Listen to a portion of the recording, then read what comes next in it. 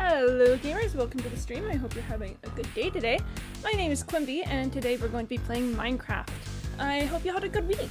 I'd like to extend a big congratulations to Colas for getting the first channel closer reward. Yo ho, yo ho, yo ho ho, and a bottle of rum, as they say with pirates. Oh man, it was kind of a sleepy week for me, honestly. Like, I really genuinely considered trying to do some evening streams some days, and then I was just really tired. There were like at least 2 days where I fell asleep just early and I had to deal with the consequences. So yeah, all that being said, today we're back in the mines. We're doing mining. I am considering getting Shulkerbox quota and then maybe switching to something else. I don't know. How are you? I'm doing well, thank you for asking.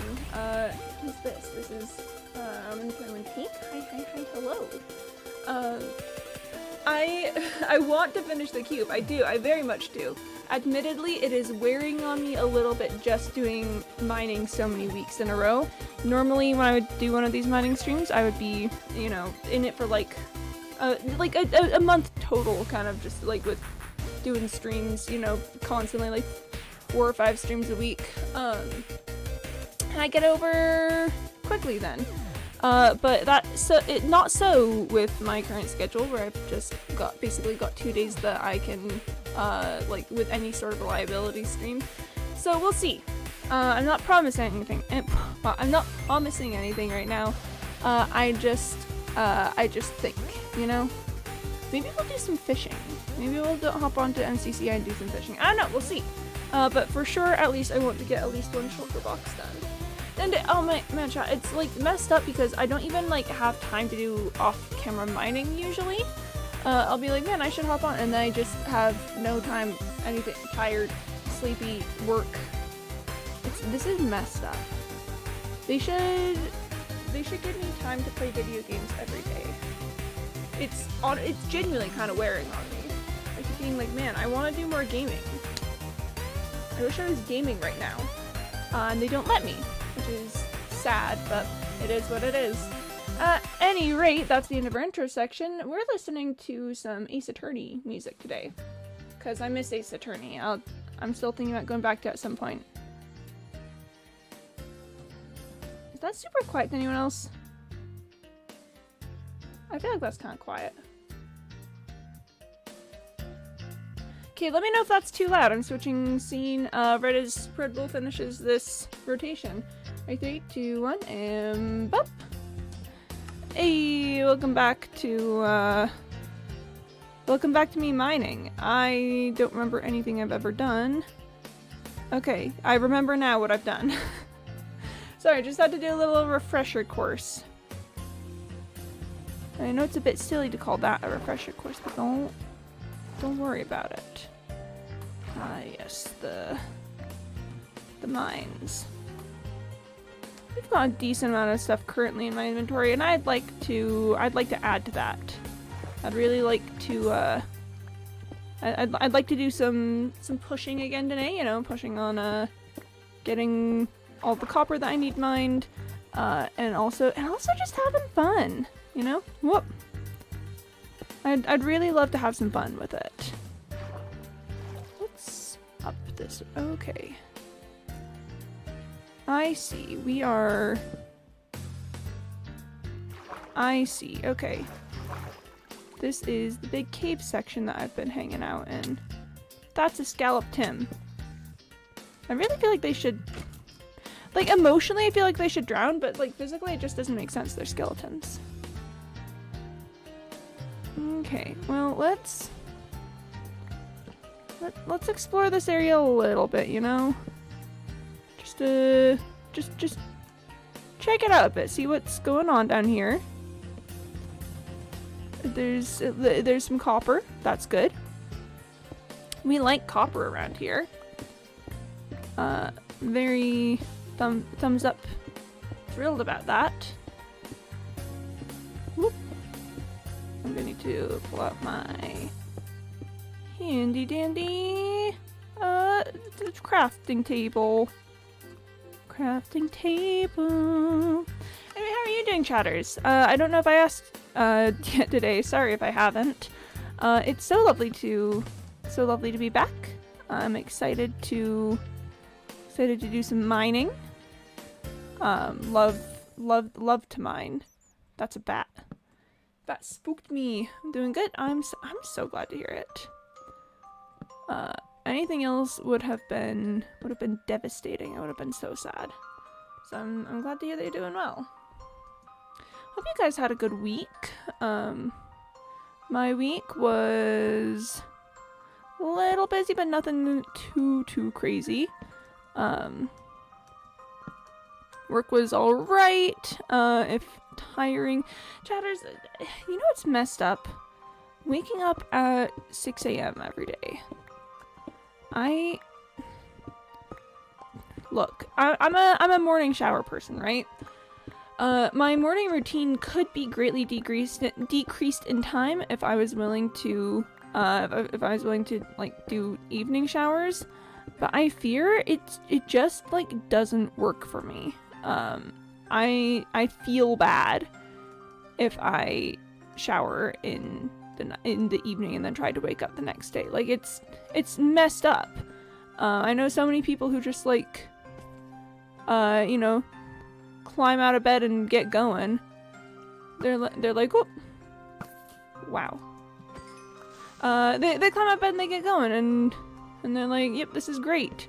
I was asleep 15 minutes ago and now I'm not. I just simply cannot. If I try to do that, I will spend the entire day like feeling just horrendous.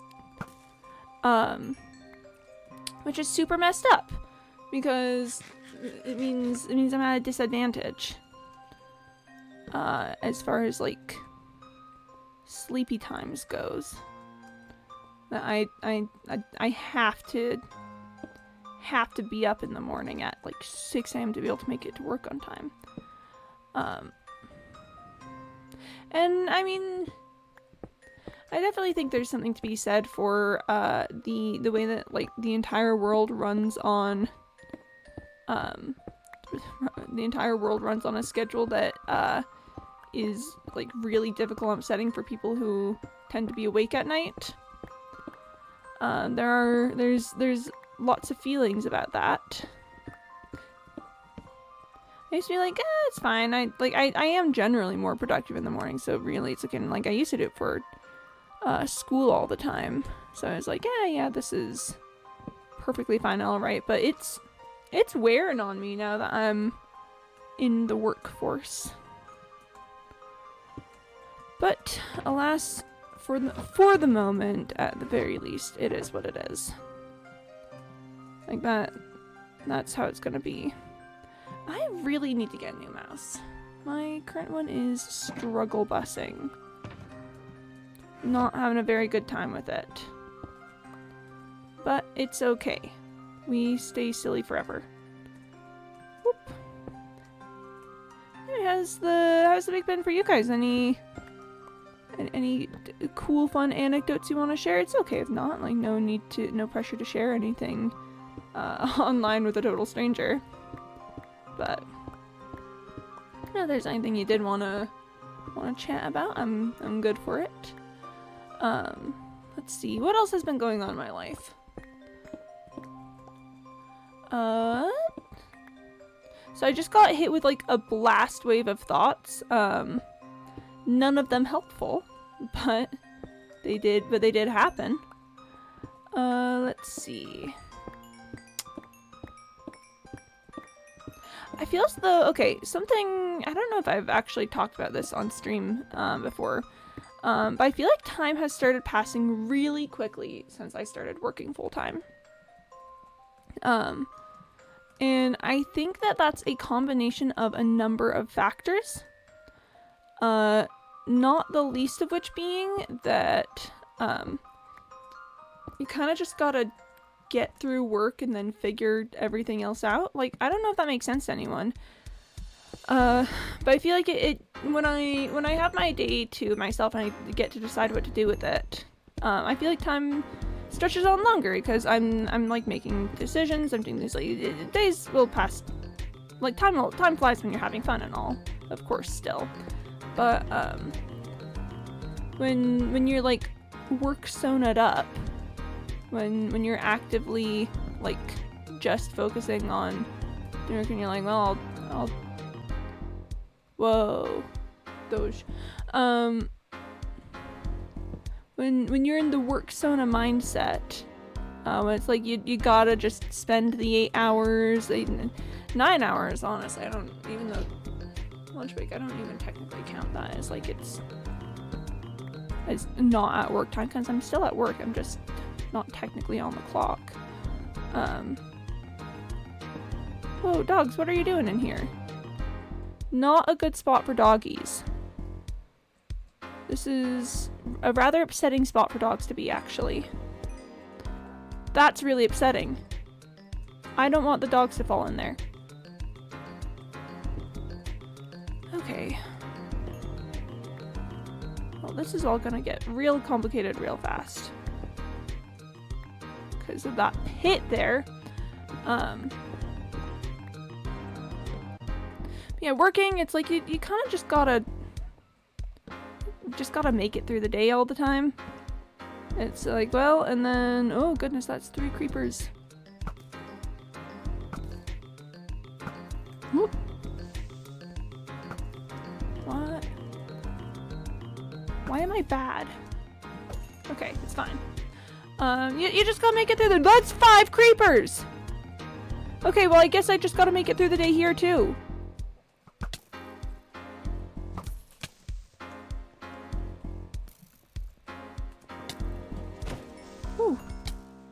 Your scalp, Tim. Okay, you just kind of gotta make it through the day when you're at work, and then it's like you only really become a person again like when you make it home. And then yeah, it's, oh, that's lava. The rest of the time you're just at work, you know, you're just doing work things. You gotta get through it, and it feels like then the days themselves are actually kind of really short because so little of it is quote unquote my time. And the time goes by super fast. Kind of upsettingly so, where it feels like days just slip by really fast. Like it's weekend again. I could have sworn that we just were in the weekend. You know? Okay, I don't know how much I want to explore this space because it's really big. Big spaces like this tend to freak me out. Because they're so large, and to keep all of it safe, you really need to, you know, you need to handle all of it. So,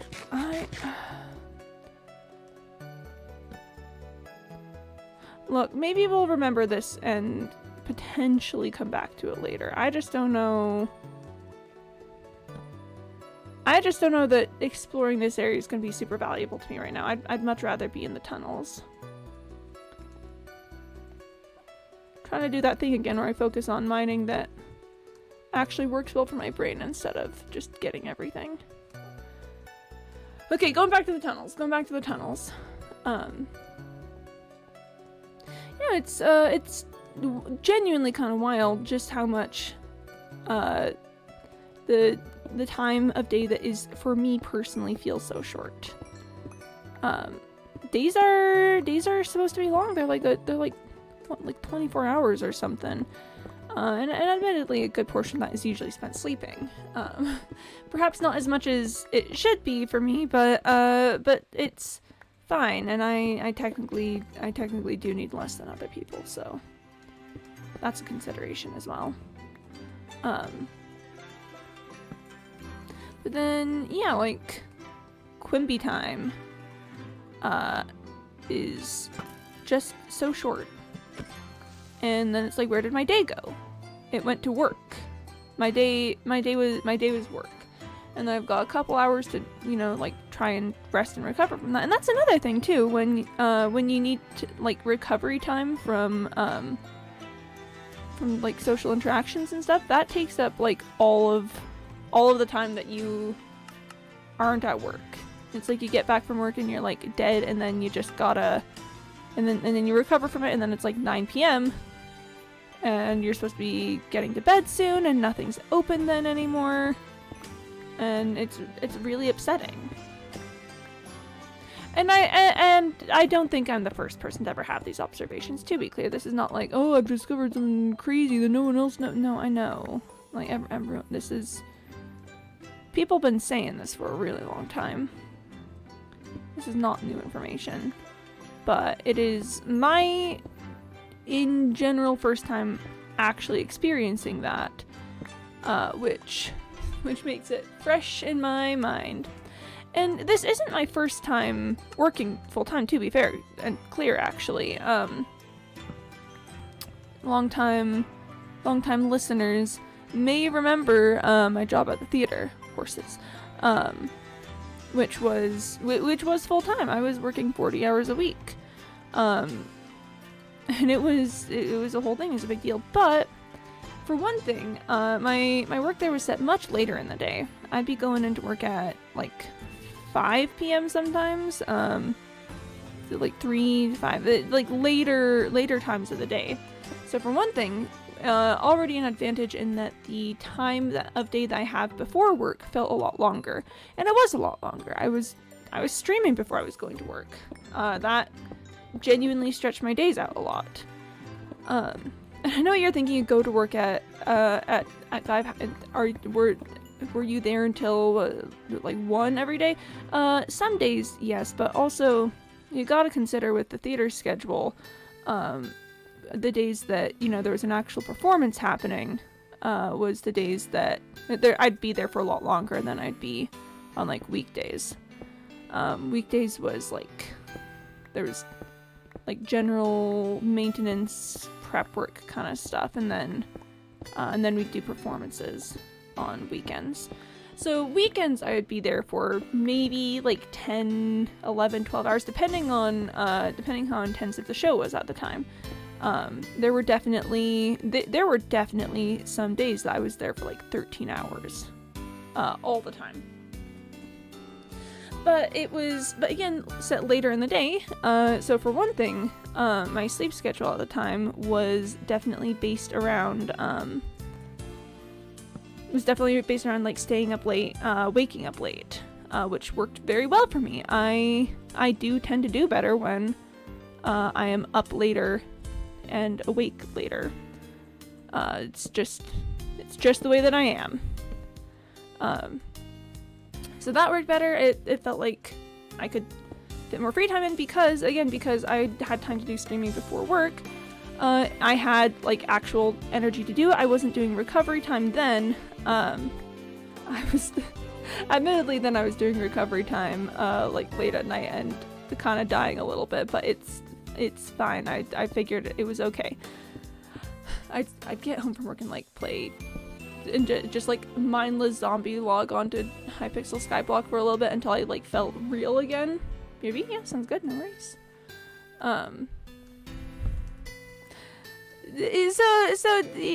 Maybe not like the healthiest thing in the world. That was wild. A creeper just showed up.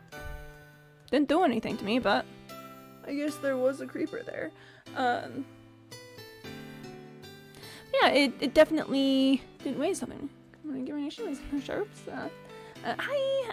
Welcome to the stream, Corvigate. It's good to have you here. Lovely to see you as always. We are talking about the full-time work slog and how working a the like 8 to 5 schedule has actually been worse for me than it was when I was at the theater and I was doing like 13-hour days sometimes. But yeah, no, it's genuinely fascinating to me how, like, yes, I have worked full time before, but this is my first like work day job, as in, you know, like the standard business day. You know, we're open 9 to 5 kind of deal, and just how different it feels from having worked full time with a more flexible schedule. Because it's exhausting. Also, Candy Bus says, good morning, Nation Gamer. Thank you, Candy Bus. She can crying out. For real fairy princess and belonging to work fast food, killing the human spirit for real. Yeah, and like I'm talking about how just so genuinely I did not feel this tired when I was regularly like staying up until 5 a.m. Now a lot of things about that job were not good for me. I will be the first to say it. I do think in a lot of ways I'm in a much better spot right now. But it does just really weigh on me differently, the way that the schedule works where I currently am. Which should sound silly considering that, again, it's much more consistent. I don't have like 2 days every week where I'm getting home much later than I would the other days. So consistency definitely a boost, but just I'm not built for waking up early. And again, it's why because I am most productive in the morning still. But like just my brain doesn't like it when I wake up that early. But more particularly, it doesn't like it when I go to bed that early. I'm a creature of the night, you know? I gotta be out there, like, I don't know, haunting a graveyard or something. So non-stop at all. And that's the other thing is, I do think having, weirdly enough, having the consistent set schedule, does just make it feel more like an exhausting grind instead of, I don't know, when I worked at the theater, there were some days where I would just be there for like 3 hours. I'd go in at like 5 and then, you know, leave around 8. And that was my day. I got everything done that I needed to, and blah. Which, you know, was really nice because that was just a short day. Is that spurts of energy and inertia working against you? Probably. Gosh darn inertia always working against me. You'd think it'd work with me now and again. Yeah, like it's every day is 8-9 hours. I can't even say 8 hours because every day is pretty much 9 hours. And actually that's not even true because I get 1 day a week where I leave work early to go coach improv at a high school, you know? Like, and that genuinely has been a little bit of a saving grace in some ways. That I just have that 1 day of alternate schedule that interrupts the constant daily grind. And it's really odd, I would say, is mostly my experience with the feeling. Because that's kind of something that I wanted when I applied for this job, was having that more consistent schedule. To be fair, though, when I applied for the job, it was part-time, and I was expecting to be getting out every day at like 3. But yeah, now that it's, you know, the grind, it's really difficult to feel like days mean anything. Because you just go, you're in it for a couple hours, and then you come home, you try to recover a semblance of personhood, and then it's 9 p.m. It's always 9 p.m. I get home from work and it's 9 p.m. And not that it's actually 9 p.m. But it's always 9 p.m. when I'm capable of doing anything about it. So yeah. Wild times. And again, this is something that people have been saying for ages. This is not new information that I just barely discovered. In fact, I think people have been talking about this for quite some time and have been making arguments much more elegant and concise than mine. That being said, 5 hours should be the full-time workday, and they should pay everyone a living wage for it. Now, it kind of takes me back to my first semester of college, actually. Which was the first time that I experienced 50-minute classes.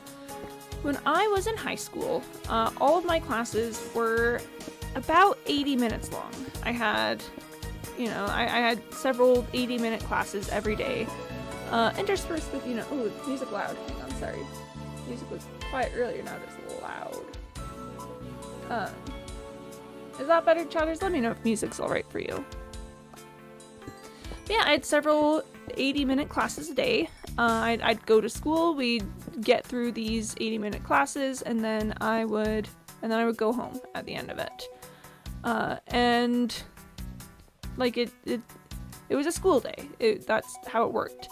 And then I went to college, where we started having 50-minute classes. I had like a 50-minute science class or something that first semester. It was like an intro level like physical sciences class. Lovely time there, by the way. That class is, I believe, what inspired me later to take my natural disasters class that I took, which I enjoyed quite a bit, and to this day I will tell everyone who will listen to me about the Cascadia subduction zone. But, like, 50-minute class was genuinely a game changer, because all of a sudden, we never hit the slog point, if that makes any sense. All through high school, like, classes would be happening, be alright, and then just eventually at some point, it would all be a slog. It'd be, like, looking at the clock, when do we get out of this? When does the class end? Even if I liked the class, once we hit the slog point, it would be, when does this class end? I think the only class that I never really had that happen with me, unless there was a student teacher, was choir, which it really just goes to show how good my choir teacher was, by the way. I had a fantastic choir teacher. Really, some of the best, like, classroom management that I've ever experienced. Ever, genuinely. But I digress. So yeah, like, there'd be that slog point, but not when I was having 50-minute classes. 50-minute classes, we would get in, we'd get started, we'd learn some things, and then class was over. It was time for me to move on to my next thing. And it just, like, indescribable how much better that was. Because all of a sudden, like, attending classes wasn't upsetting. And not that I was ever like, ooh, I hate school. I was a nerd. I liked learning and going to school and classes and whatnot. But the slog. When it's like, school is fine until you hit the slog, and then you just deal with it. Not so with 50-minute classes. So then, yeah, I think it's the same kind of principle, honestly, I think applies to work. The way that my job works, we're very busy in the mornings. We've got a lot going on in the mornings, a lot of things we need to do, a lot of things we need to process. Just a lot happening, quite frankly. Mornings are busy. Mornings are our busy time. And back when I worked part-time for the job, wow, I have almost 2 stacks of coal blocks. Oh, CandyBot wants me to drink some water. Thank you, CandyBot. Much appreciated. Very cool, very pog. Huh, I didn't fill my water bottle. We'll see if it lasts me. On the next ender chest, we're gonna pull some more steak. But where was I? Yeah, I'd go in the mornings for this busy time that we had, and then I'd leave once we were done with the morning busy time. And then yeah, like now I work full time, so I'm there the entire time. And let me tell you about the time when I would leave previously is really, really coincidental with the time that the slog hits. And it's fascinating to me because I used to work for 5 hours. That was how long I worked, was 5 hours. And now I work 8, and I'm there for 9 hours because of lunch break. But I just think it's really interesting the way that the slog principle is so visibly apparent. Because don't get me wrong, I get things done in the afternoons. I'm not just like a dead zombie the entire time. I get things done, but not nearly as much as I get done in the mornings, because the mornings are when it's before the slog time. And I just think it doesn't have to be this way. We don't have to hit slog. If I could have, 5-hour workdays still be quote unquote full time with that being like living wage and whatnot, I think that would greatly increase the quality of my life and honestly, probably quality of the work being done if there was more people just doing 5-hour work shifts. Now, the trick about this is that companies will hear that and go, yes, so we will have people do many part-time shifts and not pay them benefits or like full-time. No, stop. That's wrong and bad. That's no good. That's not what we want. Remember, the point of this is that we want people to we want people to have like good work-life balance, right? No, the companies won't listen when you say that, but that's the way that I think it should be. And once again, I'm not saying anything new on the subject. There's been so many people who have done this. People have done studies on this. I have a sociology degree. I am well aware that this is something that people have put a lot of time and effort and focus into studying, and as far as I'm aware, every time it does turn out that yes, everyone would have a better time if we were all working like part-time days for full-time benefits. And yet every single time it doesn't happen. The answer for this being that they hate us. Slash Gen Serious, that is really kind of the answer. Because the thing is that unless there are like legal protections for this kind of thing, unless that is, something incentivized or mandated by like a government body, companies just aren't gonna want to do that. They want the 8-hour workday. Honestly, they want like 12-hour workdays, but there's protections against that, so they can't do that. They want people working as much as they can always. But we've stopped them from being able to do that. So now they just, they just take what they can get. And it really is, I've mentioned this before, but back in university, I took a class on the history of labor in America, including things, like labor rights, as may be important in a class about labor. And it really is so shocking about how so much of the reasonable work standards were implemented by unions fighting against much worse things. That's not like everyone got together and decided, oh yeah, I think that this would be good. No, this is like people spent years fighting for these things. And it's really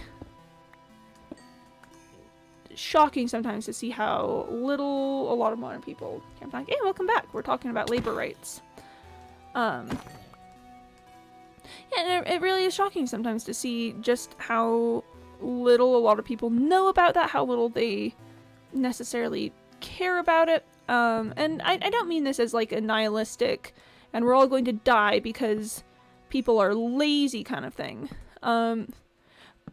So honestly, it's been beaten out of a lot of people. Caring about things takes effort, it takes time, it takes energy, it takes money, and if things are good enough, then generally it can be hard to care as much. It can be hard to want to put on that fight, especially when it does have dangers. Like trying to fight against these policies and everything. I currently have a friend who is like trying to fight a silly policy at their workplace, and it's and I can feel the tone through the emails they keep sending me, because I'm consulting on like how to do this in a professional manner that's not going to have everything blow up in their face. And it's shocking how much disdain this attempt to open a dialogue about workers' rights takes, or what's the word I'm looking for? How much disdain is evident in the tone of the person that they're talking to. And first of all, that's a strategy. Trying to make it seem unreasonable to be asking for like rights and accommodations and a reevaluation of silly policies and everything. That's not something that deserves disdain. That is a human right. I hope this helps. Yeah, it's like, and honestly, I remember from my days at the theater, because I technically worked in management there. I remember the ways that some of the people around me would talk about people asking for accommodations and things, and it was pretty gross sometimes. And it's difficult when you're like, first of all, much younger than everyone else there, and also not in a particularly actually like senior position, management technically only by the barest definition of the word, really. Trying to be like, oh yeah, I think this is a reasonable accommodation to make, and then listening to people like kick up a huge fuss about it. Listen, I'm a labor rights girly. I hear people asking for accommodations, and I'm like, I'd love for this workplace to be, something that's good for you and is not going to hurt you, and that's apparently a hot take. Which, yes, again, I know it's a systemic thing. I literally just talked about that, but it is, first of all, crazy, and second of all, like, really, really difficult. Oh, I somehow lined that with something. I'll handle that in a second.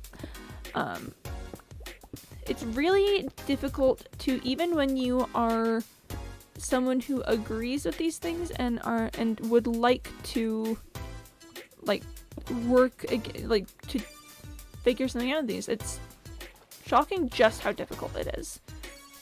Because, like, attitudes. Let's talk about mores and folkways a little bit, shall we? I've talked about this before a couple times, about how social pressure really is the best way to regulate behavior. Because humans are social creatures, and therefore the I guess opinions and perceptions of the social creatures around them, particularly ones who are perceived as in a position of authority, carries a lot more weight than something like discipline necessarily, because the thing is, you can be kind of indignant and fight against discipline or argue about fairness or whatnot, but there's just something deeply animal about being perceived as what's the word I'm looking for here? As being perceived poorly, I guess. Let's go with that for now. Again, something deeply animal that is difficult to fight against. So if you if you're someone who's, you know, like trying to like teach culture or something, that's why doing things like saying that's why disappointment is worse than being yelled at sometimes, is because the social creature brain is saying, oh no, guys, if we lose the support of the social group, then we are going to die. The wolves are gonna get us. Because that is a trait that humans have evolved, because we are pack creatures, you know. We're pack creatures who rely on social bonds to survive. And so yeah, if you're trying to develop culture in an institution or something, really the best way to do it is not to set like policies that punish people for lack of compliance. Really, it's to set policies that associate shame with failing to comply with policy, with like the intended. So I just want to look here a little. Wild. Okay, I don't actually want to follow that.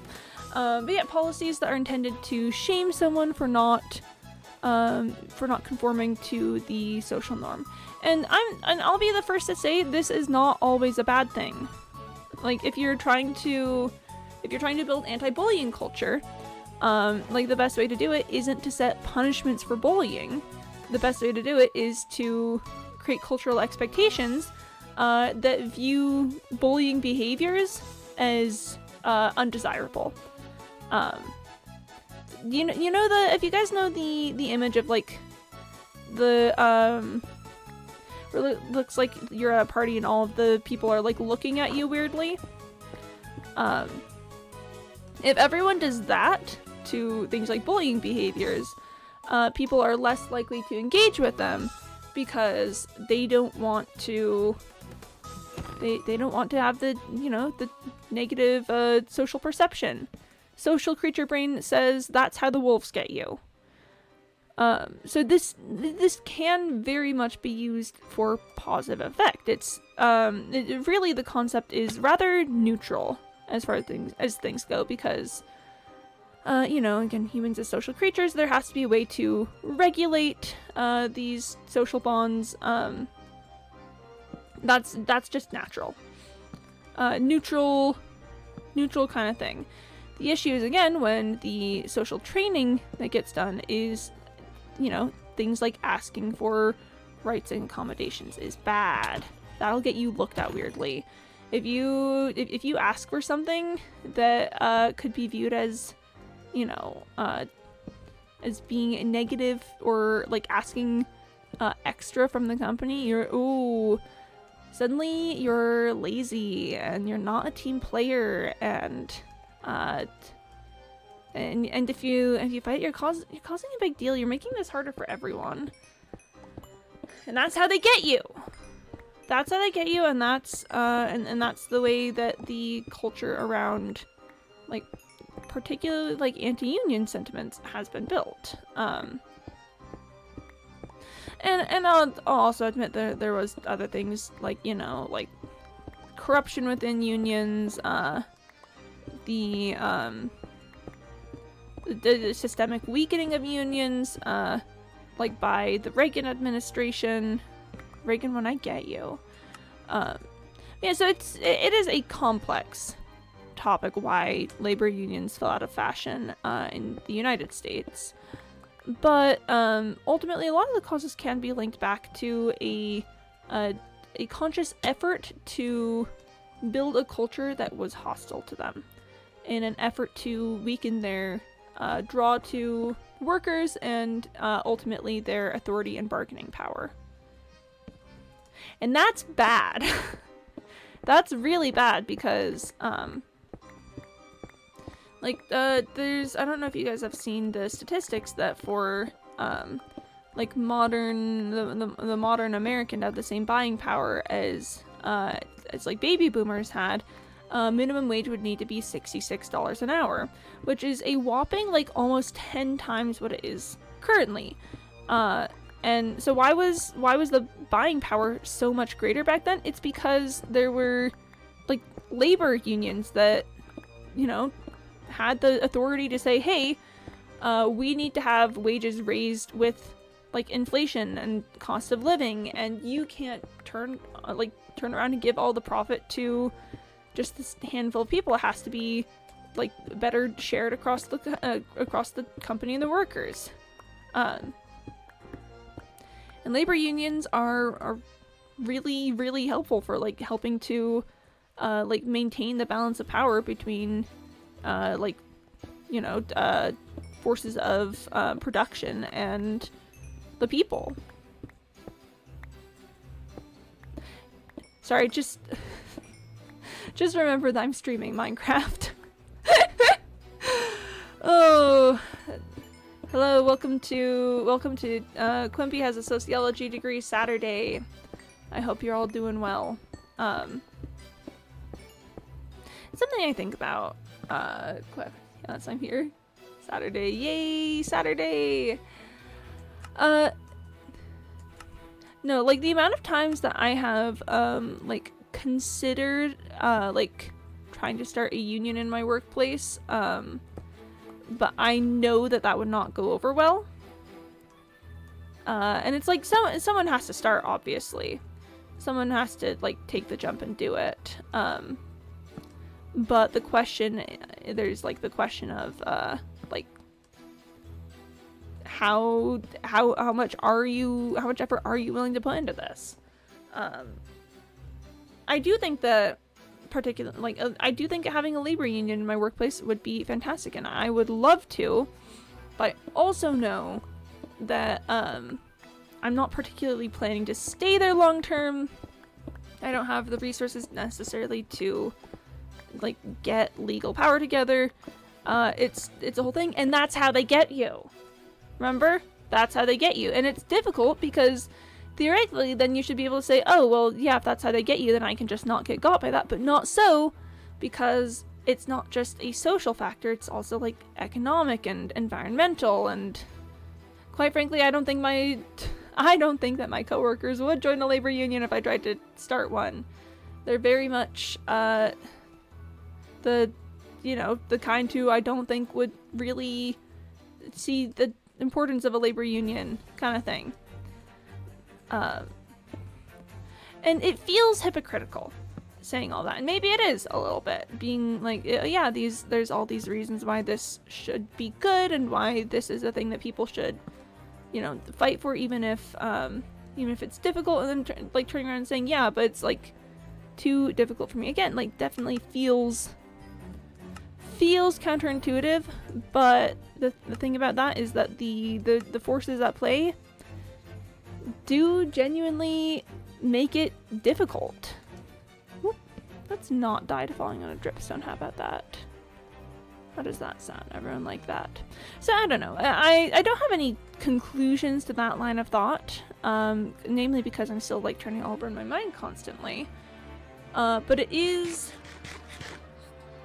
interesting to see. Oh, I was gonna get more steak out. Hang on. It's interesting to see in my own life when again, like, I even know the theory behind it all.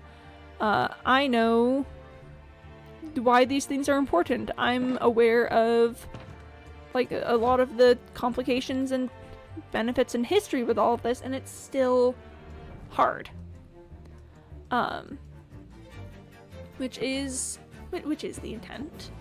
That's why it is the way that it is. If people, you know, if it was easy to form labor unions just by knowing that a union is something that would be good and helpful, then you know, the decline of American labor unions probably wouldn't have happened. So no conclusions on that one as of yet. I am thinking, you know, I'm thinking and I'm turning over my mind, and I don't know, I'm doing my best, which is really the best all of us can do. But yeah, I don't know, just, you know, this does not make you immune to it. Yeah! Crazy! I should be, right? Like, knowing the system should be an automatic, like, ward against evil. but like word against the system, where it's like, yes, I see what's happening here. I see the practices happening, so therefore I should automatically be able to avoid all of them, like the negative effects of all of them forever. It should be like Swiper from Dora, where if you catch him and say swiper no swiping, then he stops swiping. Like, I should be able to say, like, unions they're still important and valuable and to have positive effects on, like, the economy, and then I should be able to form a labor union with no problems. And yet, here we are.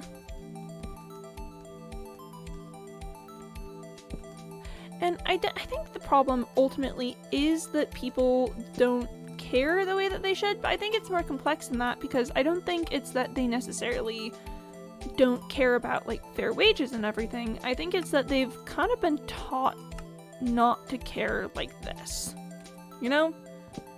They've kind of been intentionally put off of caring like that. Because remember, it's a lot of work to care about things. And when you're getting home from like 9 hours out of workplace and you've just got a couple hours, you know, before you gotta go to bed and then do it all again tomorrow, do you really want to be spending all of your time, like, doing this union thing? Like, that's just gonna be more work, and there's no guarantee that it'll even actually do anything for you. And I think people really have been taught and conditioned to buy into that sort of thinking, you know, very intentionally. And they see the negative social effects that trying to, like, engage in those movements have, and there's, like, yeah, it's like a whole thing with that. And that's what we gotta fight, you know? Like, the fight is still ultimately worth it. It's just, how do you then make that happen? How do you convince people that it's still worth it? And I don't have answers, unfortunately. I'd love to have answers, you know? I should be able to come here on twitch.tv and say, hey guys, let me tell you the definitive way to get people to care about labor unions, even when they've been trained to be apathetic about it, and they're scared of negative consequences.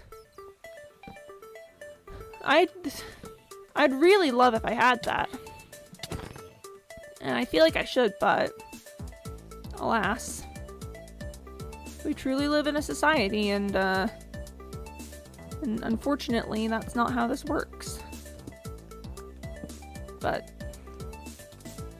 I hate to kind of, like, end that discussion on a sort of frustrated negative note, because I do think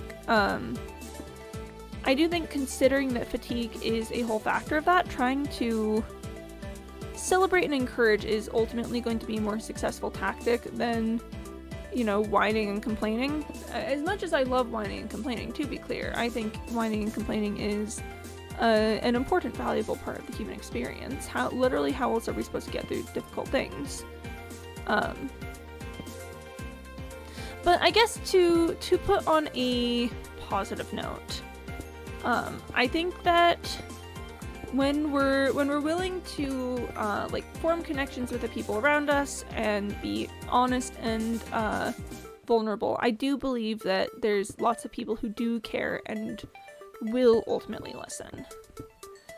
There's no quick fix to this, but you know, like, the people gotta be willing to put in the work and pull together. And I'm certainly always doing my best to be one of those people who's willing to have those conversations and willing to help expand knowledge and you know, like, encourage people to care. Is there more that can be done? Yes. And I'm working on that too. But I think it's always worth trying, and it's always worth, you know, being enthusiastic and kind to people about it. You know? People love when you're kind to them. That's like another one of those like social creature behavior things. Beautiful. Mm-hmm. Another one of those social creature things. People, when you're kind to people, there's like chemicals in our brain that really like it a lot. Because like we talked about earlier with the, oh no, I'm losing the favor of the social group and I'm gonna get eaten by wolves. There's also, whoa, I'm feeling very much a part of the social group, and the wolves are not going to get me today. Which is pretty epic. I love feeling like the wolves aren't going to get me today. So yeah, I guess ultimately, the call to action with all of this is be kind and accepting of people, and you know, like we all gotta work together on this, and the more we invest in each other, I think the easier it's going to be. I'm trying really hard on the community building aspect of things, I will say. That is something that I'm currently like making a conscious effort with. Networking doesn't come naturally to me. I don't like naturally seek people out to talk with them and like trying to make connections and everything. That's not a natural Quimby behavior. I've still got the social creature chemicals and stuff, but it's the learned behaviors of it all is not easy. But I'm trying really hard. Because again, I work with a lot of people who I mentioned earlier I don't think would exactly be the most open to forming and joining a labor union. But that doesn't always have to be true. And I think that the first step of that, if I want to try to change minds about that, is to, you know, be someone that if we start talking about that, they can trust my expertise on it. I have a college degree in this, like, but that doesn't necessarily carry the value that it should. And honestly, like, I think thinking critically, you can't just listen to someone say, like, I have a degree in this, therefore I know best. I think you can absolutely listen to, like, I've done this research and you know, this is the evidence of why I'm correct. I definitely think that carries a lot of weight. But I do think that in as much as like the weight of knowledge and having like credentials and things, you do unfortunately have to back it up with social bonds, or else people are gonna get upset about it. Like, genuinely, I do think that that's kind of been one of the unfortunate things about like the I don't know, the growing like distrust of like, you know, scientific institutions and everything. I do think that it's easy to see how some of that stems from admittedly scholarly elitism. Especially because I'm really good at networking for my internship and book stuff, but at my day job it's misery and I'm very much bad at the social group thing. That is also the frustrating thing. Why is it different for real? For real, it's like, it's almost as if different social groups are easier to stay safe against the wolves with. Okay, I'm gonna drink some water and do a little stretch. There's water. Can we do a little stretch as well? Woo! Okay. Thank you. Little stretch.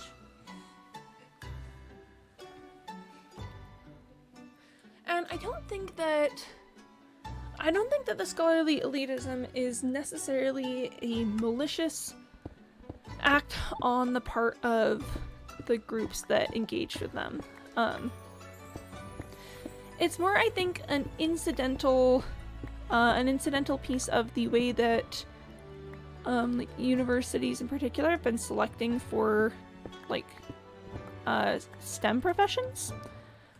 And I want to make it so clear before I start this that I believe in science. I think that like, you know, it's good to listen to experts on things. But what I will say is this: the way that a lot of like universities in particular have done their admissions processes for fields like science and stuff for a lot of years is purely based on grades.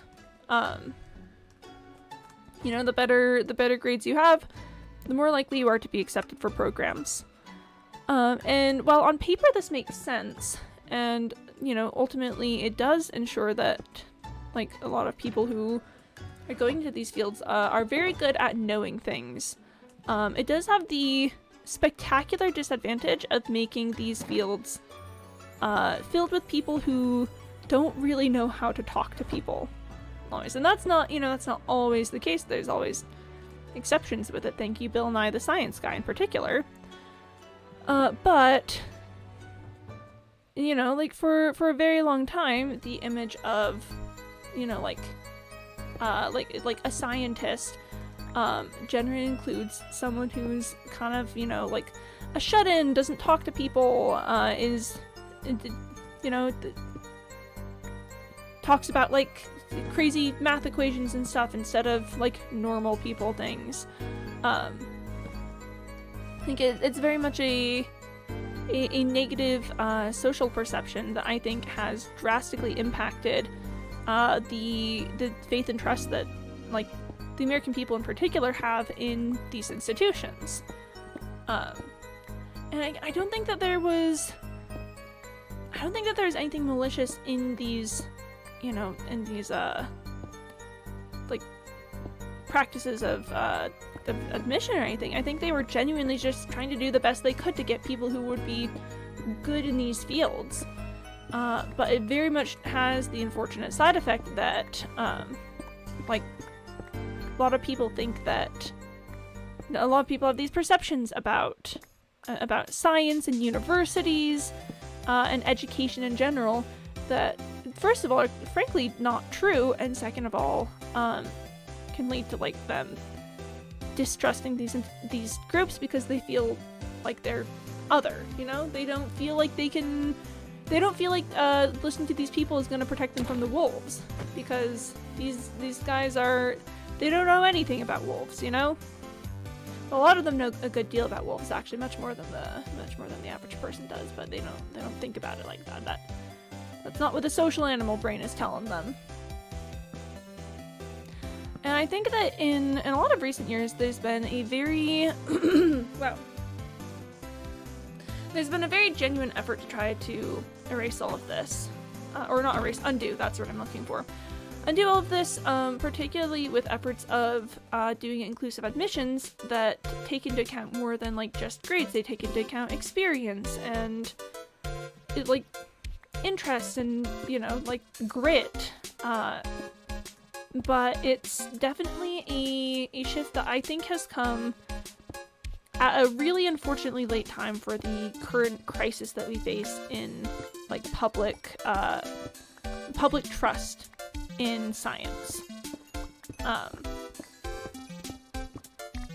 It's again like, oh, it's such a bad time for it, for real. But the average person, I think, doesn't consider themselves to have much in common with like quote unquote scientists, which is really not great news, actually, for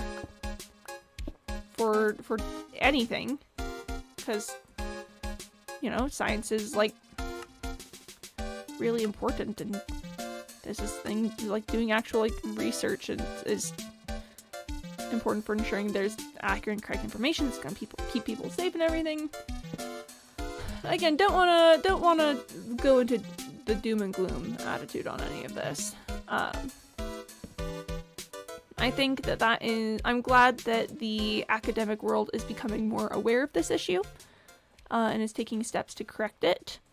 And I really would hope that in the coming years, the efforts are successful in restoring public faith in scientific institutions, particularly universities.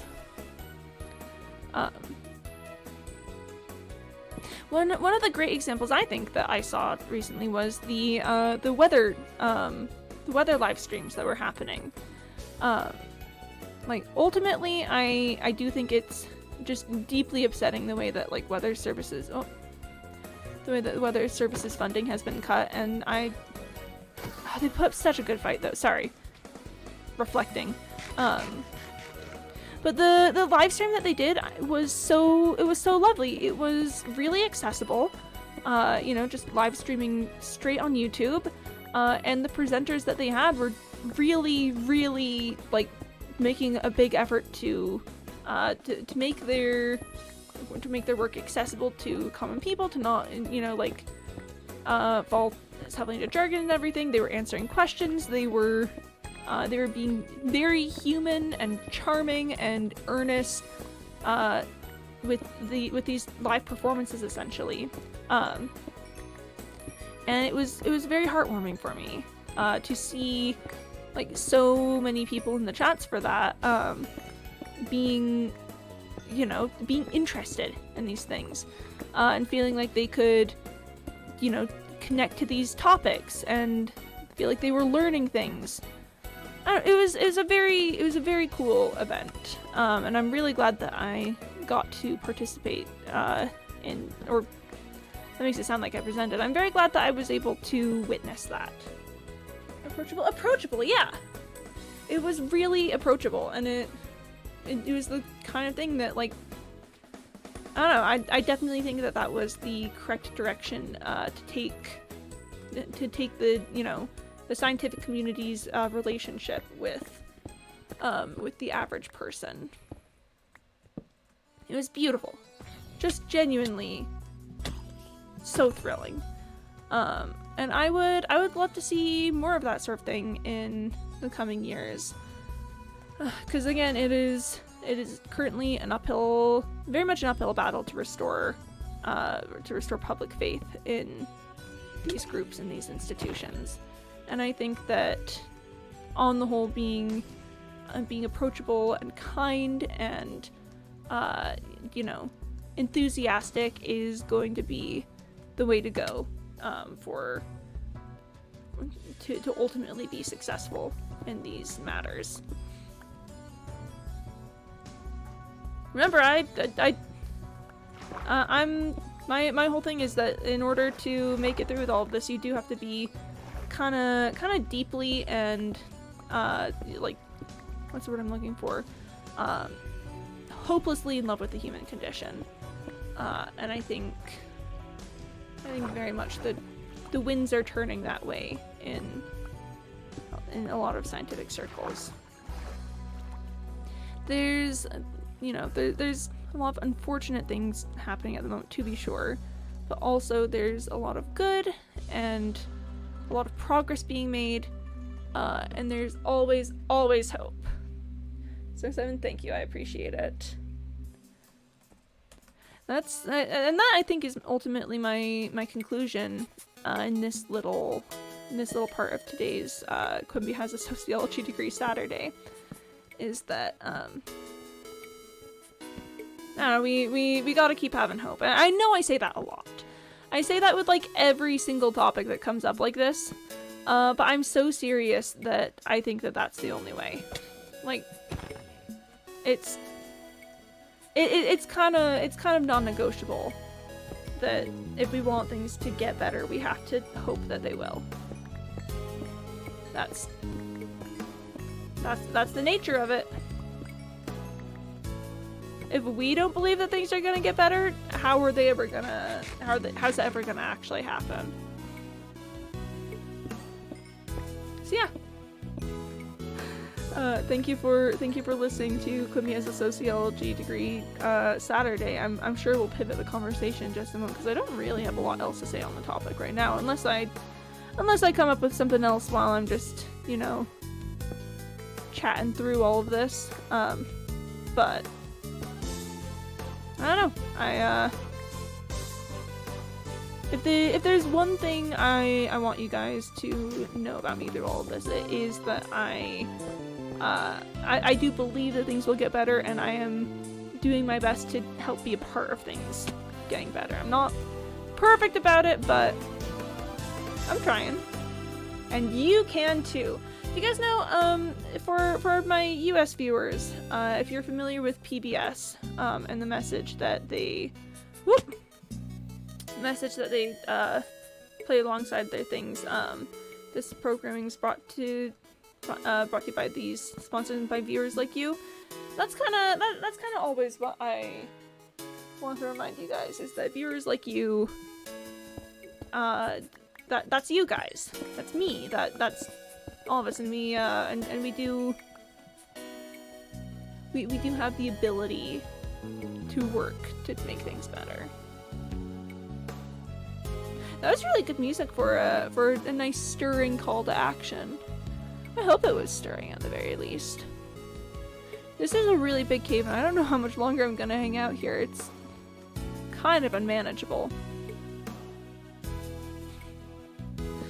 Oh, and it's so silly. Here I am,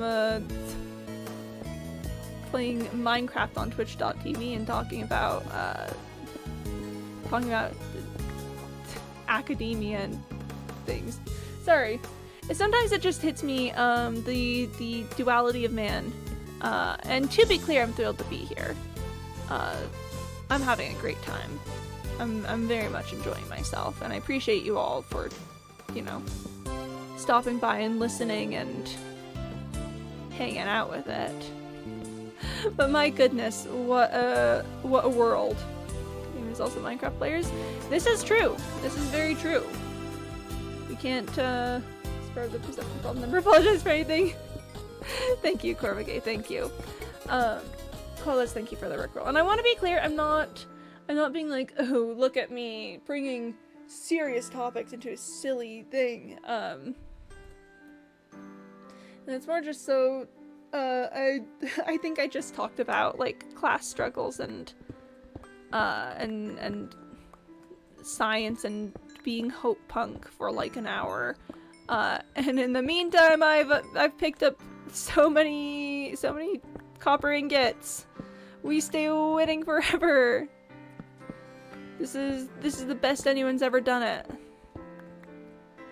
No one's doing it like us. That's a really good deposit right there. And we're still here, and I really appreciate that you're still here. I really genuinely do. This is just like the weather live stream. Making talking about social and class issues accessible by doing it while playing Minecraft on Twitch.tv. I'm always saying this. Oh man.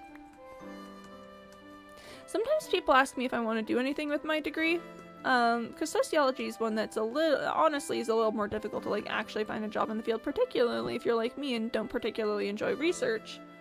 It's unironically woohoo!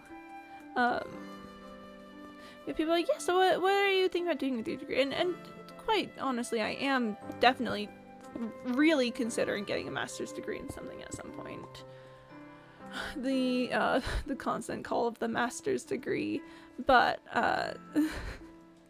quite frankly, sometimes I'm a little bit like, yeah, this is what I do with my degree. I play Minecraft on Twitch.tv and I talk about I talk about social issues. I don't know. Saying I talk about social issues feels weird. That feels like I'm talking about specific events. I'm really more talking about like the making sociological understandings of society more widespread in the public consciousness. I don't know. science education. That's a little bit what I'm doing with my degree is science education. But not the way you might think. What did I just do? That was weird. But I did something. I don't remember. Something or other. No, it's so funny because I'm always saying that, like, I don't think I'd want to go into, like, teaching or anything. But that's different. In education, this matters. No, to be clear, it does. I fully, wholeheartedly believe this. And I'm committed to it. People literally don't read it's a problem. Like, just someone talking to them at this point in history. True. No, believe you me, I'm very committed to this, and I very much recognize that it's important and valuable. It's just also silly because definitely I'm like, I don't think I'd ever want to be I don't think I'd ever want to run a classroom, you know? And honestly, if I really want to get good, I should probably start, like, including sources and things in the things I say, because you know, you gotta add legitimacy to all of this. People always tell me that I should make video essays. But the problem about that is that then I'd have to, like, make a script and like record all of it and do editing and everything. The thing about just my bucket list genuinely, that's cool. I respect that a lot. I feel as though when I get into my rants though, it's less video essay and more the way that I think I believe translates well to a ramble about these subjects in a way that to many people may appear to be like unto a video essay. I don't think this is actually a video essay. I'm not like I don't have a narrative whoop. I don't have a narrative piece to go along with it, and I'm not pushing towards I'm not citing my sources. I only want to do one. Doesn't have to be a job. Not to find I'm some guy. So true. Sometimes you're just some guy. Like me, doing Sociology Saturday on twitch.tv while hanging out in Minecraft and mining. Minecraft? What? Whoa! Sorry, we stay silly. We stay silly forever.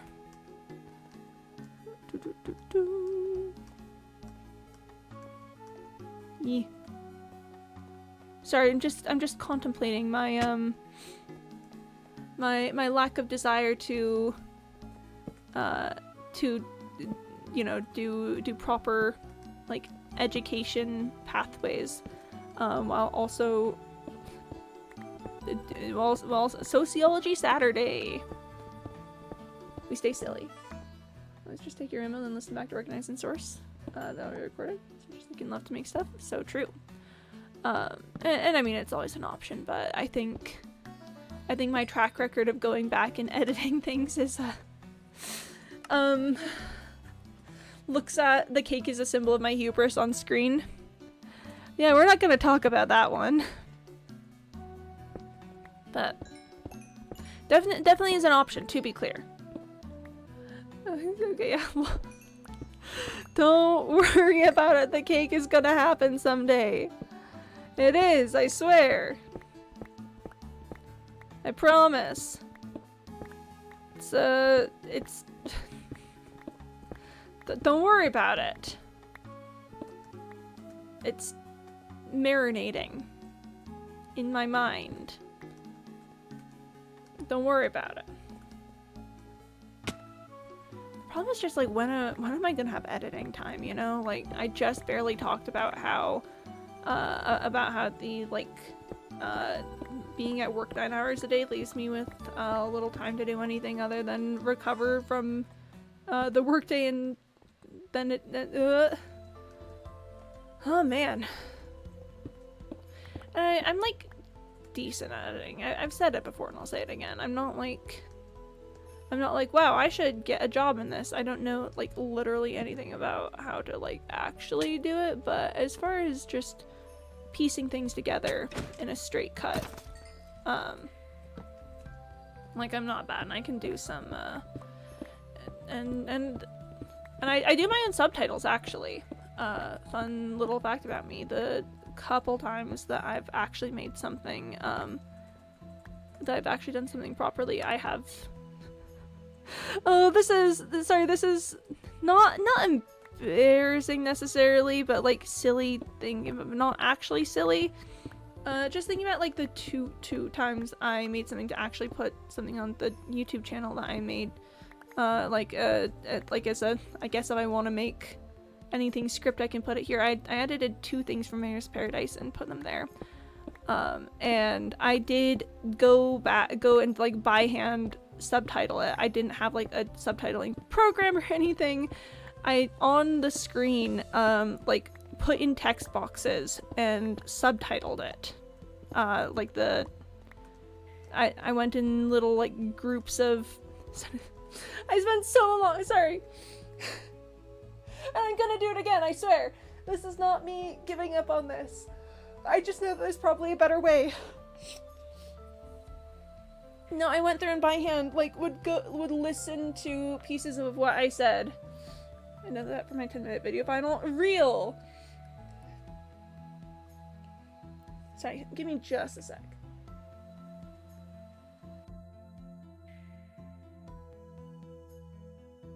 Was not asked for by teacher? Yeah. Look, I do just think that subtitling is important. I will die on this hill. That's, look, if the cake is gonna have subtitles. Sorry, I'm just thinking about myself again, like going through and like listening to a clip being like, okay, I think that that's a line that I can put together as a subtitle, and then like typing that in, setting it for like the amount of time that's supposed to be on there. It was such a process doing the subtitles, and again, I'm going to do it again when I actually properly edit the cake. I just think surely there's a better way, but do I know what it is, or it's probably a software that you need access to, and do I have access to it? Nope. Just have standards and my jokes were too funny to miss. Real. No, that's really it. Like, I've got standards.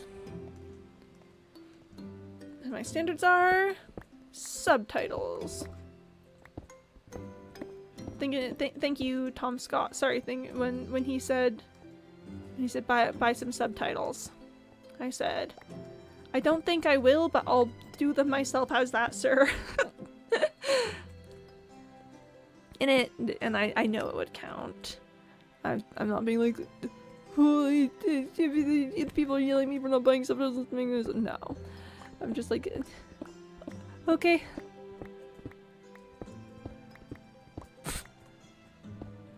Believe you me, I'm once again someday going to be hunched over at my desk, listening back to my dialogue and typing it out in little boxes over timed intervals. I'd really love to do progressive subtitles. You know, like the subtitles that that move in like blocks so that it doesn't spoil things. You know, and I think I did kind of do that actually. Like thinking back, I think I was very careful to try to not just put blocks of text that would that contained too many words in them. If I recall, I was pretty thorough with it. Which again is just so much effort, but I have standards. And it will happen again. I will go through and scrub through frames again and again to make sure that I can tell what I was actually saying, and then write out in little boxes that are in irregular time frames. I'm gonna do it again, baby. This is a promise. I will once again be extremely committed to subtitling my own work.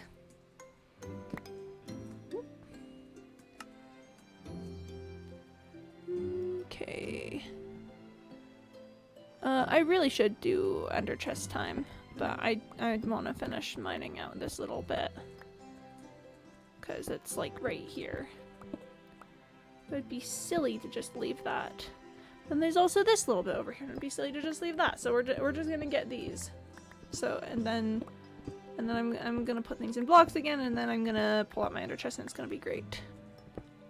And honestly, I might need to pop over to the old crafting table in a bit, because this is actually much more copper than I thought it was going to be, which I'm very okay with.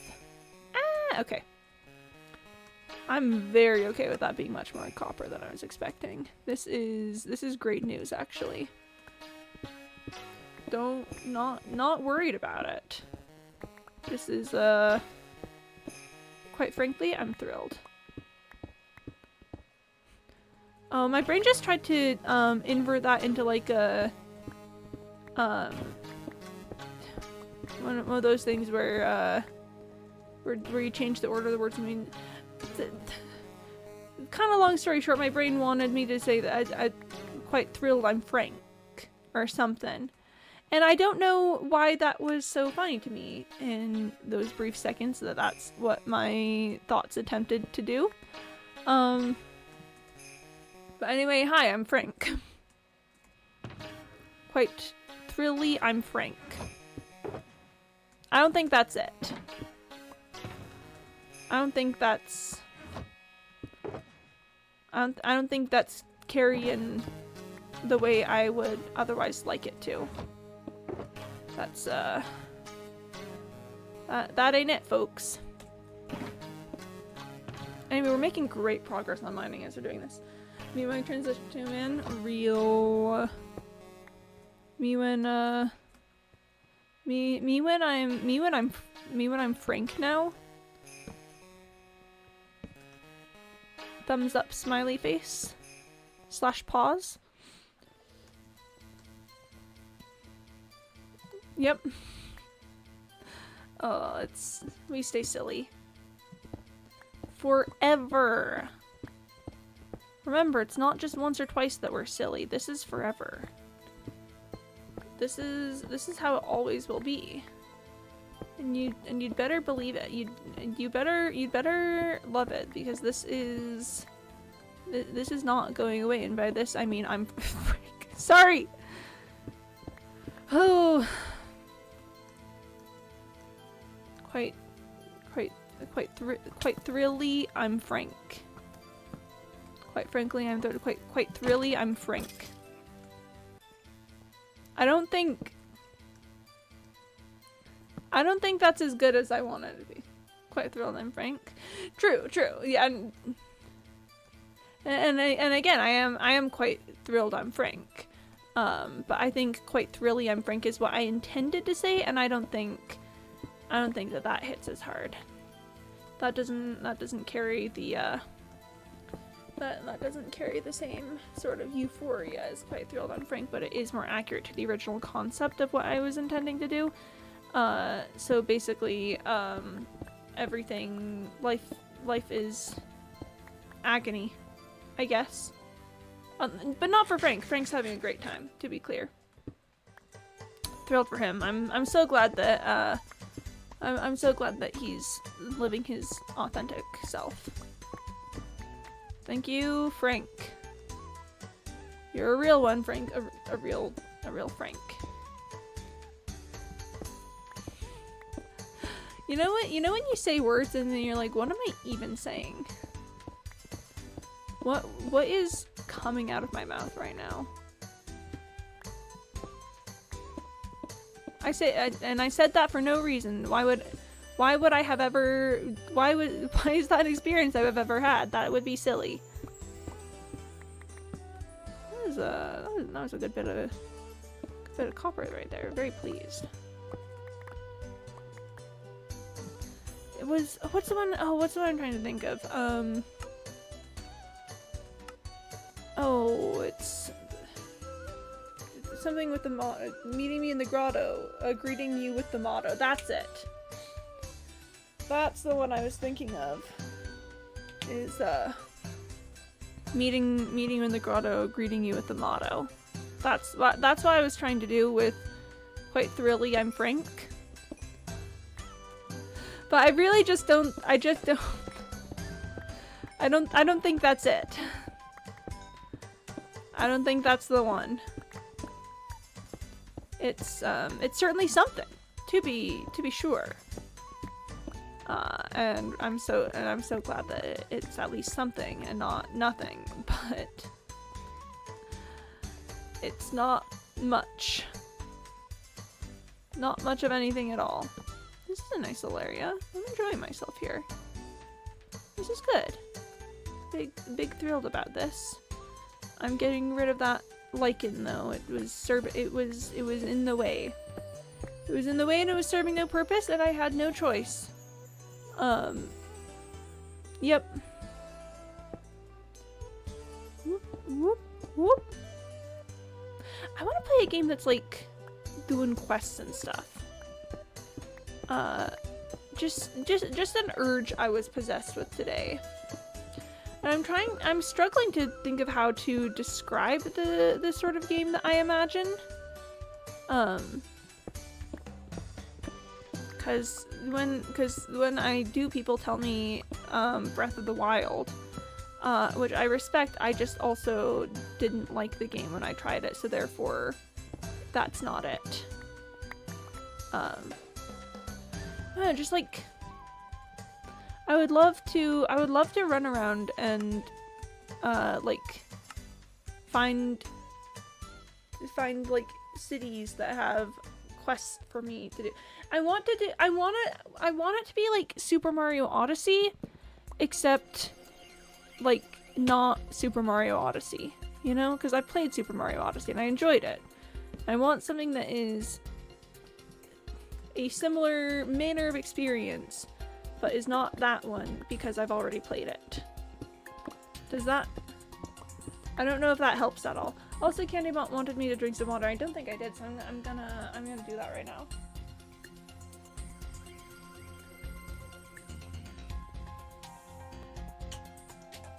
But like, what I really liked about Super Mario Odyssey was that you like go to places and it's like, okay, well, if you want to make it to the next place, you have to get a certain number of these moons, which you accomplish by puzzle solving and going on quests and other such activities. And then you do like a bit of a boss fight. You know, like a bit of a boss fight with it. We love a boss fight. And then you move on to the next area, and there's more of that. Does this make sense? And then people tell me that I want Breath of the Wild, but I actually do not want Breath of the Wild, because evil robots that kill you forever. Don't get me wrong, I don't necessarily have anything against evil robots. Not even evil robots that try to kill you, really, you know, like, I'd like to think I'm decently flexible with it, but evil robots that kill you forever, I did not enjoy. That was a no thanks from me when that happened, and they started killing me forever. Did not enjoy the robots that kill you forever. That's my review of Legend of Zelda Breath of the Wild. If they didn't have robots that killed you forever, I don't know, maybe. That was the wrong pickaxe. But they did have robots that kill you forever, so it's kind of a moot point, honestly. Because there's no world in which they don't have robots that kill you forever. You know? That's, it's too late. on that front. The robots do indeed kill you forever. The problem is though that I don't really want to explore the space more because it is just so big. But also, what do you want to bet that I get back and then immediately like start running out of space? And it's like, well, I should be moving forward somewhere. Sure would have been neat if I'd explored that big cavern more. Oh, the indecision's devastating. Oh, I don't like that. I do not enjoy that. That's not very fun. I don't like that.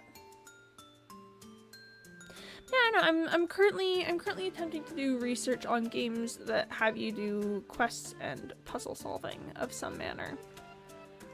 Because I really enjoy those, and I feel like I've not played as many of them recently as I would like.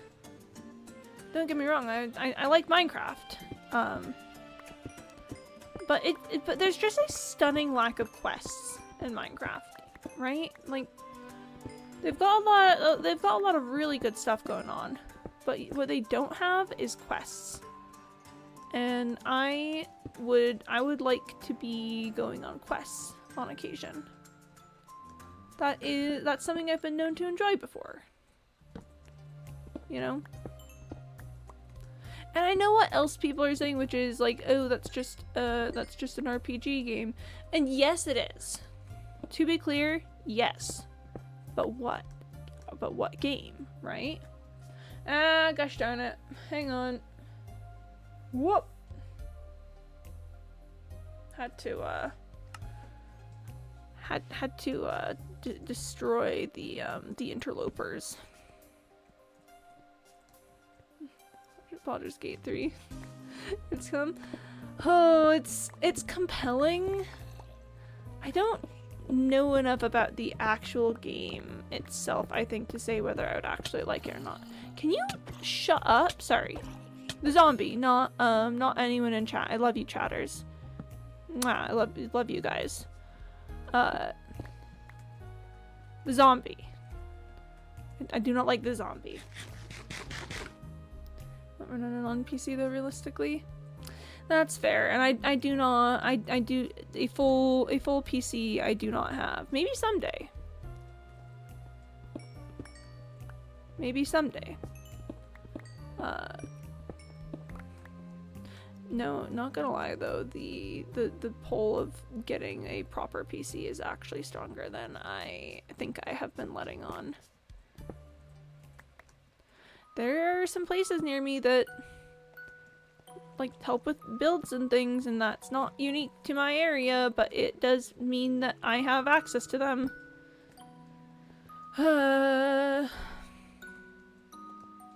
At any rate, which sucks. And also, I feel like the other problem is I do want the quest that I'm going on to be somewhat chill, right? And that's sort of the problem with all of the suggestions I've seen is remember how I've said before that I'm actually so soft. I'm just a little guy. I would love to be doing. I'm not trying to find a neighbor's cat in the Alps. To be clear, I'm not throwing that out there. But what I will say is I do want whimsy, you know? I'm a whimsy enjoyer. I'd love some whimsy in my quest adventures. Been thinking about Spiritfarer a little bit. That's one that some people that I know IRL have enjoyed. It sounds like it's also deeply bittersweet, which I enjoy. So considering that one, if that's the game that people in chat know at all. I know someone who like played through the entire thing and it was much feeling supposedly. Minecraft stream mode again. No, I don't want Minecraft story mode. I don't care about any of these people. Sorry. The pig, that gets turned into a pork chop. Sorry, I was just thinking about that. I don't know. I feel like there's gotta be some whimsy-pilled games that send you on quests. Like that feels like it's a thing that should be real. And I'm searching. I've got my eyes and ears out, and I'm searching. Barbie Horse Adventure. But do the look, I'm not saying no, but I just think I want a little more complex gameplay than Barbie Horse Adventure, which is not a diss against Barbie Horse Adventure. I'm just putting out there. Oh, trying to think words, think thoughts, thinking. I'm thinking right now. So I nearly just dug straight down right there. I'll dig down right there and then right there. Ah ha ha. I have thus cleverly avoided the classic Minecraft no-no of digging straight down. Stray's a good game, also maybe too simple for your purposes. Oh, potentially. I want puzzle solving. See, this is the problem. I'm really picky. I actually don't think it's that picky. No, if I'm gonna be honest with myself, I actually don't think I'm being that picky about it. I would like a game that is somewhat story-based, but has some freedom of choice, has quests and objectives for you to complete, and puzzle solving, and is somewhat whimsy-pilled. And maybe some boss fights. But like, putting it all out there, I don't think, call me crazy, I don't think that I'm asking too much with that. The problem is that Resident Evil might be great, but it's not whimsy-pilled whatsoever. Yeah, that is the thing, is it feels like a lot of the games that people make that have, that are, like, story-driven whatsoever are not whimsy-pilled. Cause I do like games like Stardew Valley and whatnot. You guys know this about me. I've got, like, multiple hundreds of hours in the game. But it's just, like, not quite intense enough for my liking. Like, it definitely scratches an itch, but there's no boss fights, for one thing. I do. My toxic trait is that I do love a boss fight. I think, I've mentioned it so many times, my favorite games of all time are Portal and Portal 2. Portal 2 is, it will beat out as the top winner, for sure. It's just objectively a better game than Portal 1 in my opinion. The Five Fish. I don't think I've ever heard of the Five Fish, and I feel as though I don't know if you're making a joke or not, so I'm going to look up the Five Fish right now. Right now, immediately. Five Fish. Game. Sorry, is this the, Are you speaking of the game in which there's fish and you have to fish them out? Because that's what the internet is giving me. Stardew boss fights? I would freaking love if Stardew had boss fights. You know, whoa, that would do something for me, I think. No, I just really think the boss fights are a lot of fun. A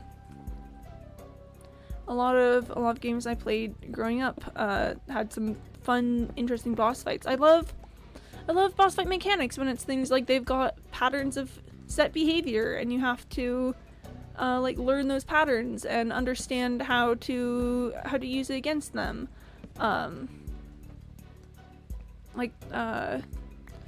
And again, Portal and Portal 2, some of the greatest boss fights that I can think of personally, because it's not just like, oh, and then you have to like hit them here, so you have to think about puzzles and using skills and information that you've learned across the game to now apply it here in a way that will let you like fight this boss. Like, I don't know. The legendary fish and being silly, wait. Oh, okay. The legendary fish. Oh, and Stardew! The internet's pulling up Red Dead Redemption, apparently, with legendary fish. I hope that the legends are being told. I mean, I guess technically those are like Stardew boss fights, but it's not... I fear to say it's not a complex enough boss fight to satisfy me. That's just the fishing mechanic, but you have to do it well. That's not like... And they don't give you cool music with it and like little mechanics. It's silly core. It's silly core. All right. I will allow for silly core. I'll be gracious. Wow. Gracious and allow for silly core. This is something that actually I think shows up in my DMing style, is my love of boss fights. Cause I don't like running normal combats as much. I think I mentioned before. I find normal combat kind of tedious. Just of, you know, people standing in place and whacking it at each other with swords and maybe occasionally doing like a cool spell or something, but like realistically the best way to do combat in D&D is to just stand somewhere and smack at someone until one of you dies. But I love making boss fights. Red Dead, my brother's favorite game, but also no whimsy really. That's unfortunate.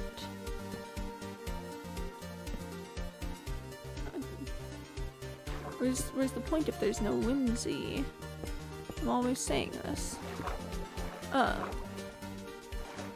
Yeah, I very much think that my love of boss fights comes out in my DMing style. I just think it's neat.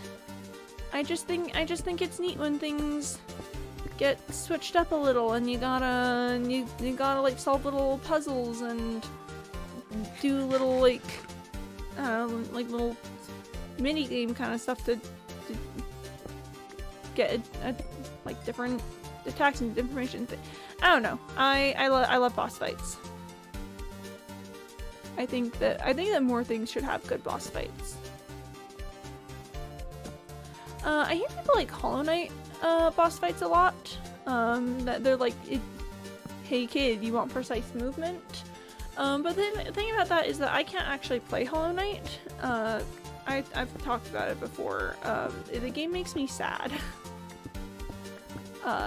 So it's unfortunate because people really do have such kind things to say about it. And I have been known to enjoy a platformer or two in my time, but alas, it makes me sad. I think that's an Ender Chest time personally, but yeah, I don't know. I hear Silksong is coming out soon, and they're not putting it on the Wii U, which they said they would for the Kickstarter for it. And I think it's upsetting of them to just break promises like that. Like, why? They literally said they would put it on the Wii U. Why are they not doing that? That's cringe. It was a goal for the Kickstarter. They're just not following through on their Kickstarter goal like that. Cringe behavior. But yeah, that's I hear really good things about it. But alas. That's why I gotta have things be a little whimsy pilled. Is because otherwise it runs a chance that it's gonna make me sad and I'm not gonna be able to like actually play or finish the game because I'll be too sad. It's a bit of a problem. And is why I put that caveat in. Caveat is a really good word. Let me just put it out there. We should be saying caveat more. Caveat. I'd love to have a caveat. But yeah, I'm on the search. I'm on the search. I don't expect you guys to automatically have all the answers for me. It would have been like if you'd had a, you know, the one that matched all of it perfectly, then that would have been great. But I'm not expecting you guys to do this work for me. I'm searching. I'm doing my research with my little fingers. I'm typing out searches. Someday I will find it. The game with puzzles and quests and a little bit of whimsy pilled and good boss fights. I'll do it. I swear I'm gonna do it one of these days. And like, surely someone out there is making this sort of game. I was gonna say if they aren't, I'd do it myself, but quite frankly, I actually would. I don't know anything about coding. Maybe I get Cyborg to do it. Cyborg is doing like computer science Undertale. Yeah, but they don't have quests. There's no like there you do things. You do story-based things, but it's not like. Because honestly, I will say, Cult of the Lamb scratched a big itch for me with it. Like early Cult of the Lamb gameplay. I'd say ultimately my issue with Cult of the Lamb is that late game is the difficulty of the game does not scale well for late game. Which makes it difficult once you pass a certain level of like having buildings unlocked and stuff. I feel as though like I like that it gets easier to run your cult and stuff. I just think that other things should be getting harder at the same time, you know? Or you should unlock new areas where you have those challenges. And like crusades are definitely, you know, more difficult in different areas and things, and there's purgatory where you can do like the boss fights and stuff. I like that a lot. See, yes, yeah, Cult of the Lamb really scratched an itch there for me.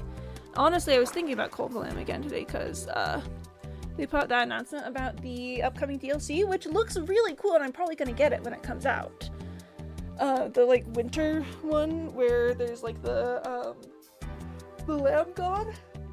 That looks really cool, and I like that it does look like it's adding more late game kind of stuff with that. Like obviously we're gonna have to see how it actually turns up. I'm probably gonna play it.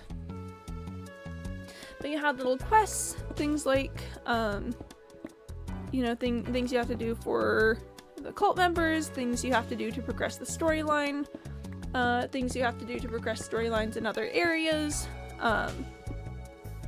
so you had all of that element with like questing, but then there was still like fighting and boss fights, and then there was also like resource management with the cult, and like honestly, I think if there'd been some like stronger NPC storylines, it would have ranked as like potentially one of my favorite games ever.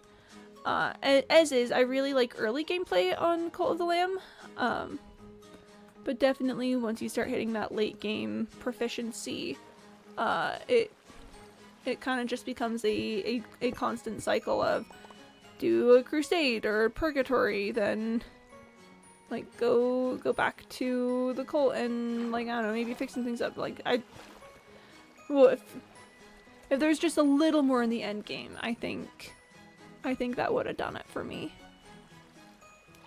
But that's a sort of. I hope that that's a better example of the sort of things I'm talking about when I say like quest-based, whimsy-pilled boss fights. Really, very much that.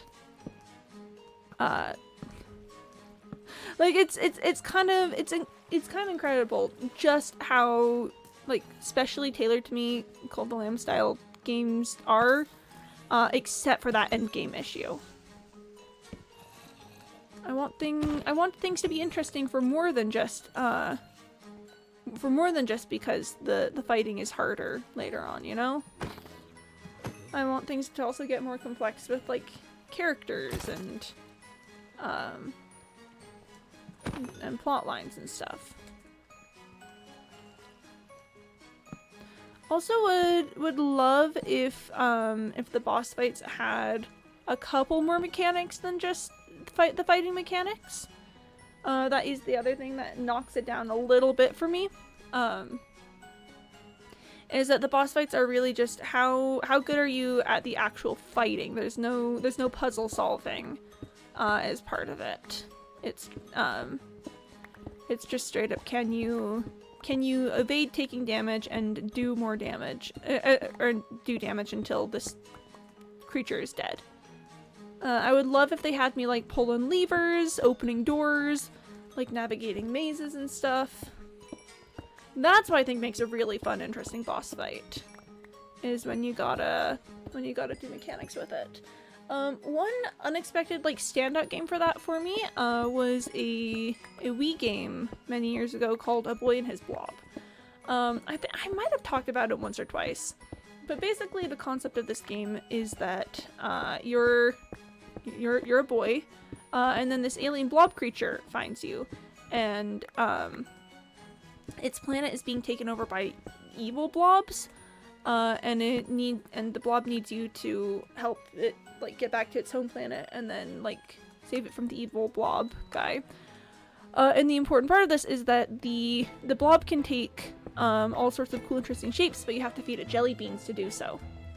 So you've got like a little like spin wheel of jelly beans. So like the blob can turn into a ladder, the blob can turn into like a little protective hamster wheel, the blob can turn into a hole that lets you get between levels. It was a platformer, it was really cool. You could hug the blob, very important. And it had some really, really cool boss fights. I remember there was this one, it took me ages to get through. But basically you were fighting like this like giant like panther creature made of the evil blob material. And basically what you had to do was like as soon as the boss fight started, you had to get into I mentioned like the protective bubble blob form. You had to get into that and basically be like a little hamster ball for this giant panther creature to bat around until you could manage to trigger something that would stun it, and you can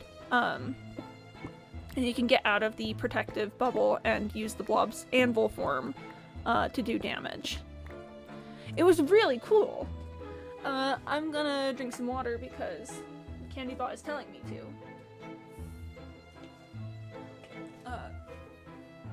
Stretching, okay.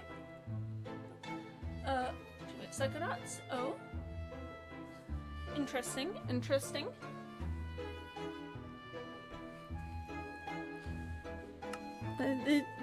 The all caps of that sounds compelling. You're looking for psychonauts? Okay, okay. I'm compelled by the all caps of that message. I would love to know more. Ah, I don't want to chase that. That's spooky. That's in a downward direction. Whoop. I had a kid explain like your kid at summer camp for psychics. Okay, okay. Compelling. Do you want to be at summer camp for psychics, or is it like sad that you're at summer camp for psychics?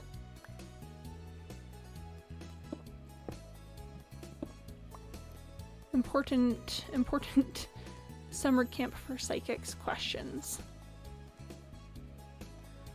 And you get new psychic abilities as all levels and boss fights while trying to save your campmates. Ooh, okay, that is compelling. That is very much compelling. Is there a quest element to it? Are you a questing son? So desperately want to be at summer camp, you ran away from the circus to do it? Ran away from the circus to do it. Interesting. Okay. Compelling. I'm feeling compelled at the moment.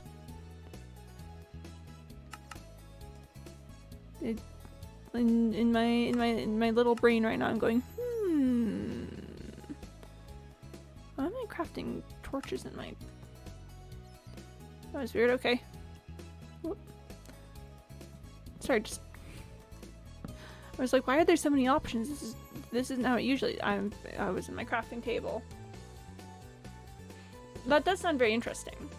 Like around September 10th, 15th, I'm going on a school trip. Yeah, no worries. Yeah, real life takes precedence over internet life. I hope you have a good time. School trips. Pog on occasion. I don't exactly call them quests. Like uniquely themed levels inside people's minds to rescue them. Some side quests that take place at camp itself.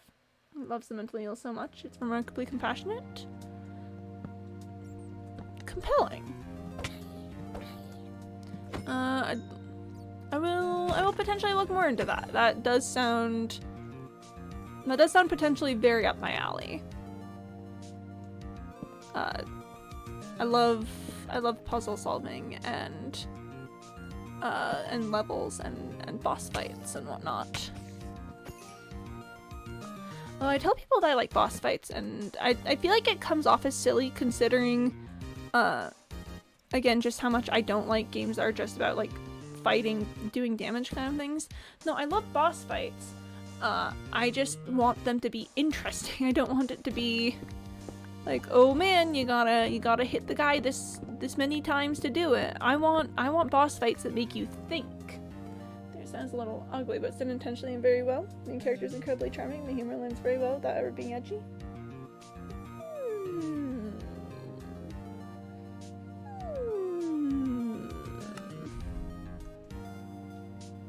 Sorry, I was making dark crystal noises there.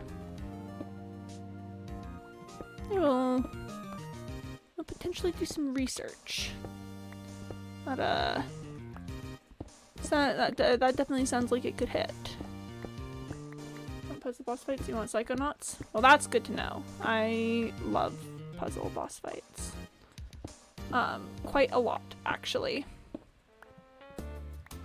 I just think what if there was a boss fight, but it was puzzles, you know? And like, sure, sometimes it's frustrating when you're in the middle of your puzzles and then the boss like mega kills you and you're like, oh man, hashtag my puzzles. But that's like the fun of it, is that you gotta solve puzzles under pressure. I love solving puzzles under pressure. It's so delightful, actually. And then when you get it, and it's like, yes. 2 games in the second one, one game of the year back in 2021. Ooh. I love...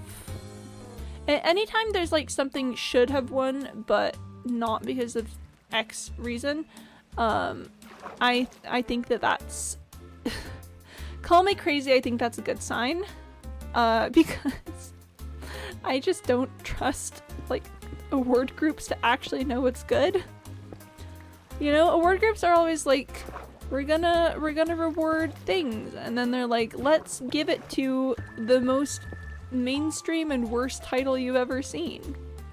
Is this anyone else's experience with like award things? Does anyone hello? Does anyone hear me? Just throwing it out there. So I think, yeah, like things where it's like this should have but not. I'm like, interesting. I just think that like award groups are the worst to ever do it.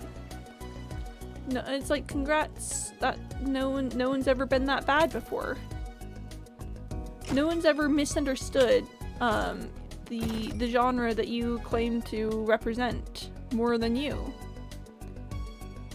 Incredible. Fascinating how that happens.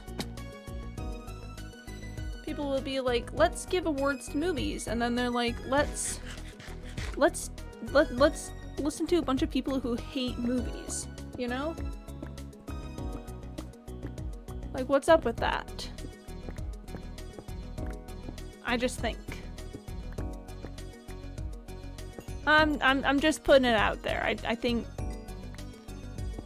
they're silly. I think they're silly and the worst to ever do it.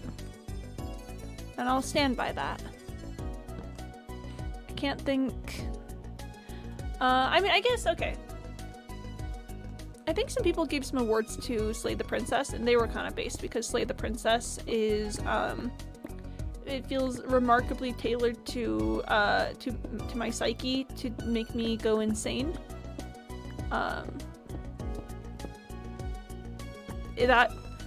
Wow, what a game.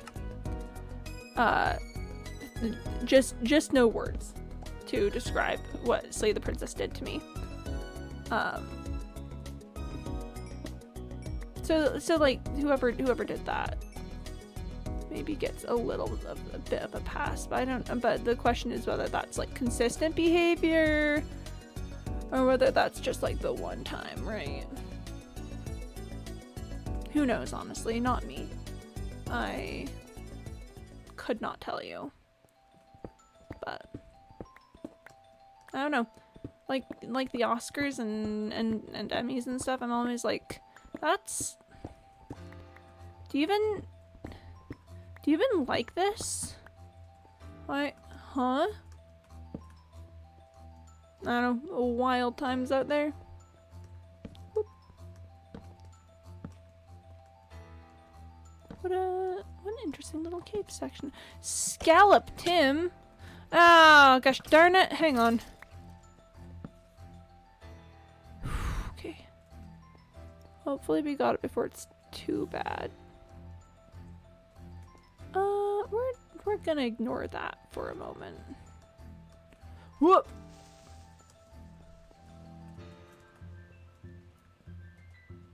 Okay, phew. That's what we don't like to see. So I just want to make sure that there's no more spiders hanging around trying to kill me.